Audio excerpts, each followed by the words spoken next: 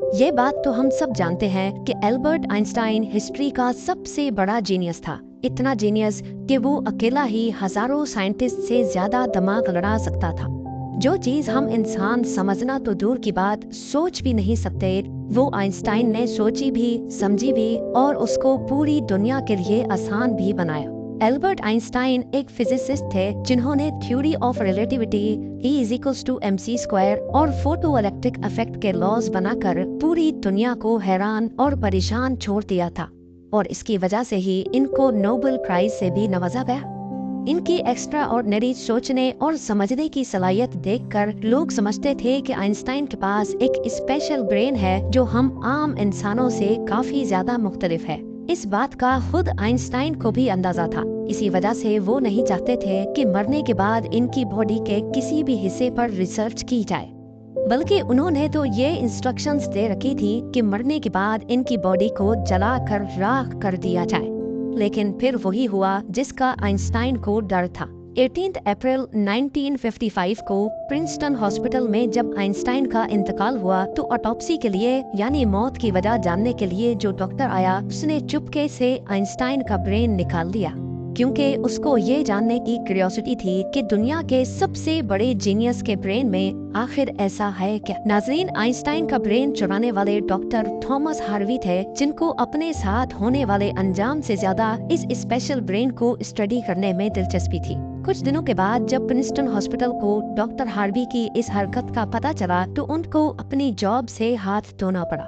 लेकिन doctor Harvey Einstein के बेटे हंस अल्बर्ट से जैसे तैसे करके ये परमिशन लेने में कामयाब हो गए कि वो उसके बाप के स्पेशल ब्रेन के अंदर छुपे राजों से पर्दा उठाकर उसको दुनिया के सामने लाना चाहते हैं। इस दिन के बाद से शुरू हुआ इस ब्रेन का एक लंबा तरीन सफर। डॉक्टर हार्वी एक पैथोलॉजिस्ट थे जो सिर्फ पोस्टमार्टम करना जानते थे। ये उनका सिर्फ ख्याल था कि वो इतने बड़े जीनियस के ब्रेन पर रिसर्च कर पाएंगे।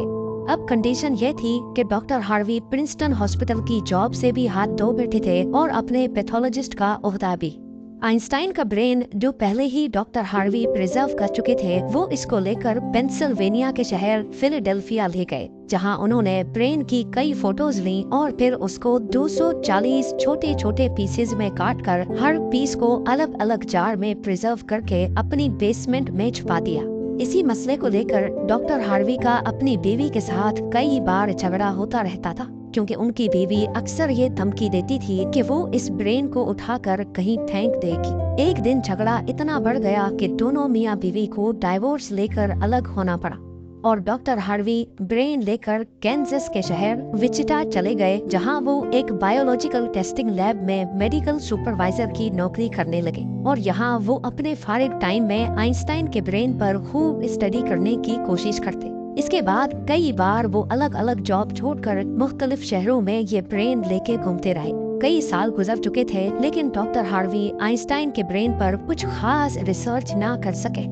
उल्टा उनका मेडिकल लाइसेंस ही कैंसिल कर दिया गया और नौबत यहाँ तक आ गई कि उनको एक प्लास्टिक की फैक्ट्री में जॉब स्टार्ट करनी पड़ी। तभी उन्होंने पहली बार एक अच्छा फैसला किया कि वो इनके ब्रेन के अलग अलग हिस्सों को दुनिया भर के बेस्ट न्यूरोपैथोलॉजिस्ट के पास डिटेल्ड रिसर्च के लिए भेजेंगे।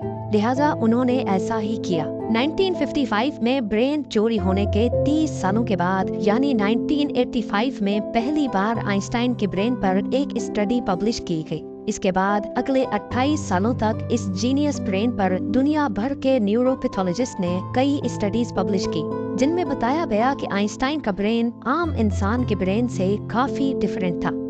सबसे बड़ा डिफरेंस ब्रेन के कॉर्पस कैलोसम नामी हिस्से में पाया गया।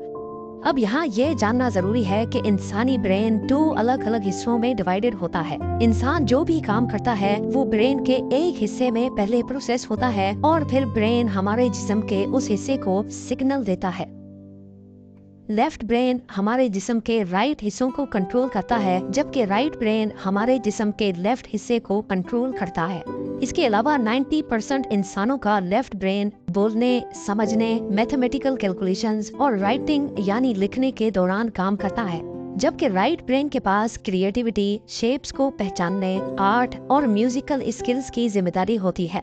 अब आप भी ये सोच रहे होंगे कि इस सब में कॉर्पस कैलोसम का क्या काम है। फर्स्ट कर लें कि आप कीबोर्ड पर टाइपिंग कर रहे हैं या फिर मोबाइल फोन पर। इस दौरान हमारे दोनों हाथ टाइपिंग करने में बिजी हैं। कुछ अल्फाबेट्स हमारा सीधा हाथ टाइप कर रहा है तो कुछ उल्टा हाथ। टाइपिंग के दौरान आपके लेफ्ट हैंड से एक मिस्टेक हुई तो आपने फौरन अपना राइट हैंड इस्तेमाल करके उस मिस्टेक को इरेज किया। तो इसका मतलब ये हुआ कि जब हमारे राइट ब्रेन से मिस्टेक हुई तो उसने लेफ्ट ब्रेन को फौरन सिग्नल देकर वो मिस्टेक ठीक करवाई। ब्रेन के दोनों हिस्से आपस में जिस चीज के थ्रू कम्युनिकेट करते हैं उसको कॉर्पस कैलोसम कहा जाता है। और आइंस्टाइन का कॉर्पस कैलोसम आम इंसानों के मुकाबले में कुछ ज्यादा ही बड़ा था, यानी उनका लेफ्ट और राइट ब्रेन का आपस में बहुत स्ट्रॉन्ग कनेक्शन था, जिसकी वजह से आइंस्टाइन एक ही वक्त में काफी कॉम्प्लेक्स प्रॉब्लम्स और सिचुएशंस को इमेजिन कर सकते थे। कॉर्पस कैलोसम के बड़े होने के अलावा आइंस्टाइन के ब्रेन का पैटर्न भी आम इंसानों से काफी मुख्तलिफ था और रिसर्चर्स का मानना है कि इसकी वजह से ब्रेन में न्यूरॉन्स का फ्लो काफी बेहतर था। न्यूरॉन्स के अच्छे फ्लो होने का मतलब है कि इनकी मैथमेटिकल कैलकुलेशंस की पावर काफी ज्यादा स्ट्रॉन्ग थी। Albert Einstein complex mathematical problems को बगैर पेन और पेपर के अपने दिमाग की मदद से ही सॉल्व करने की काबिलियत रखते थे। न्यूरॉन्स ज्यादा होने की एक और वजह भी रिसर्च पेपर्स में बताई गई। जब आइंस्टाइन के ब्रेन का वजन किया गया तो उसका वजन 1230 ग्राम था, जबकि आम इंसानों का 1400 ग्राम होता है। रिसर्चर्स का मानना है कि इनके ब्रेन की लाइनिंग काफी पतली थी, जिसकी वजह से इनमें ज्यादा न्यूरॉन्स पाए जाते थे। लेकिन सबसे बड़ा सवाल अभी भी वही था कि क्या आइंस्टाइन ऐसे स्पेशल ब्रेन के साथ पैदा हुए थे या इनके पैदा होने के बाद इसमें चेंजेस आए। जांच के बाद मालूम पड़ा कि एल्बर्ट आइंस्टाइन जब पैदा हुए थे तो वो पूरे 5 सालों तक बोल नहीं सकते थे, जबकि दूसरे बच्चे 2 या 3 साल की उम्र में बोलना शुरू कर देते हैं। जब उन्होंने बोलना शुरू भी किया तब भी वो ज्यादा बोलना पसंद नहीं करते थे, बल्कि हमेशा अपनी सोचों में ही गुम रहते थे। उनके पास चीजों को मेमोराइज करने की पावर काफी कम थी, यहाँ तक कि उनको सिंपल मैथ्स के टेबल भी याद करने में मुश्किल होती थी। वो मैथ्स और नंबर्स को लॉजिकल तरीकों से प्रोसेस करने के मास्टर थे, ना कि उनको रट्टा लगाकर याद करने के। स्कूल लाइफ में बाकी हर सब्जेक्ट में आइंस्टाइन फेल होते थे, सिर्फ मैथ्स और साइंस वो वाहिद सब्जेक्ट्स थे जिसमें आइंस्टाइन के नंबर्स सबसे ज्यादा आते थे। जब एल्बर्ट आइंस्टाइन 12 साल के थे तब एक फैमिली टीचर अपनी ज्योमेट्री की बुक इनके पास भूल गए। हैरत अंगेज तौर पे सिर्फ एक ही दिन में आइंस्टाइन वो पूरी बुक पढ़कर अपने ज्योमेट्री के कॉन्सेप्ट्स क्लियर कर बैठे। ना सिर्फ इतना बल्कि सिर्फ 14 साल की उम्र में ही वो इंटीग्रल और डिफरेंशियल कैलकुलस के मास्टर बन चुके थे। मैथ्स और साइंस में इनकी इतनी स्ट्रॉन्ग ग्रिप थी कि जब वो क्लासरूम में कोई सवाल पूछने के लिए हाथ खड़ा करते थे तो प्रोफेसर्स घबराने लगते थे, क्योंकि आइंस्टाइन के अक्सर सवाल टीचर्स के भी ऊपर से गुजर जाते थे। छोटी सी उम्र में ही वो इस यूनिवर्स के लॉज को एक छोटी सी इक्वेशन में बंद करना चाहते थे और यही उन्होंने अपनी जिंदगी का मकसद बना लिया था। 26 साल की उम्र में आइंस्टाइन ने 4 रिसर्च पेपर्स पब्लिश करके पूरी दुनिया को हैरान कर डाला और इसी वजह से उनको पीएचडी की डिग्री और ह्यूमैनिटी के लिए आला किरदार अदा करने की सूरत में नोबेल प्राइज से भी नवाजा गया। इसका अंदाजा आप सिर्फ इस बात से लगा लें कि आज भी आइंस्टाइन की उन थीसिस के बिना साइंस बिल्कुल अधूरी है। कई डॉक्टर्स और साइंटिस्ट ने ये नतीजा निकाला कि आइंस्टाइन का ब्रेन उनके पैदा होने के बाद स्पेशल बना था, जिसकी सबसे बड़ी वजह यह थी कि जब उनको अपने सवालों का कोई जवाब नहीं मिलता था तो वो खुद अपने दिमाग की मदद से जवाब तलाश किया करते थे। छोटी उम्र में ही ऐसा करने से इनका ब्रेन उसी हिसाब से डेवलप होता गया। आज भी आइंस्टाइन का ये एक्स्ट्रा ऑर्डिनरी ब्रेन अमेरिका में वाक़े द मटर म्यूजियम में मौजूद है, जिसको बड़ी हिफाजत से माइक्रोस्कोपिक फिल्म्स में प्रिजर्व करके रखा गया है। Thanks for watching and subscribe the channel for more updates.